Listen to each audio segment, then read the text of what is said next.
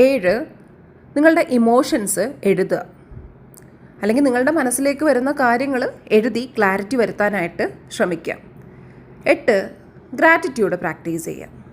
നിങ്ങളുടെ ലൈഫിലുള്ള എല്ലാ കാര്യവും നോക്കി അൽഹംദുലില്ലാ, താങ്ക് ഗോഡ് എന്ന് പറയാനായിട്ട് ശ്രമിക്കുക. നമ്മുടെ ലൈഫിൽ നമുക്കൊരിക്കലും പറയാൻ പറ്റില്ല എൻ്റെ ലൈഫിൽ ഒന്നും നല്ലത് നടക്കുന്നില്ല. നമുക്ക് ഒന്നുകിൽ ആരോഗ്യം ഉണ്ടാവും, അല്ലെങ്കിൽ നമുക്ക് കണ്ണിന് കാഴ്ചയുണ്ട്, അല്ലെങ്കിൽ ചെവി കേൾക്കുന്നുണ്ട്. ഇതൊന്നും ഇല്ലാത്ത ആൾക്കാരും ഉണ്ട് അല്ലേ? നമുക്ക് ഉള്ളതിലേക്ക് നോക്കാം. എന്താണെങ്കിലും നിങ്ങൾക്ക് കണ്ണ് കാണുന്നില്ല എന്നാണെങ്കിൽ, ചെവി കേൾക്കുന്നുണ്ടെങ്കിൽ അതിന് നിങ്ങൾക്ക് ദൈവത്തോട് നന്ദി പറയാം. നിങ്ങൾക്കൊരു പേനയുണ്ട് എഴുതാനാണെങ്കിൽ, ഒരു പുസ്തകം ഉണ്ട് എന്നാണെങ്കിൽ അതിന് നിങ്ങൾക്ക് നന്ദി പറയാം. നമുക്ക് എല്ലാറ്റിനും നന്ദി പറയാം. നമ്മൾ ഏതവസ്ഥയിലാണെങ്കിലും നമുക്ക് നോക്കി നന്ദി പറയാനായിട്ട് എന്തെങ്കിലുമൊക്കെ ഉണ്ടാവും. അത് കാണാൻ പറ്റുന്നുണ്ടെങ്കിൽ നമ്മൾ വളരും എന്നുള്ളത് ഉറപ്പാണ്.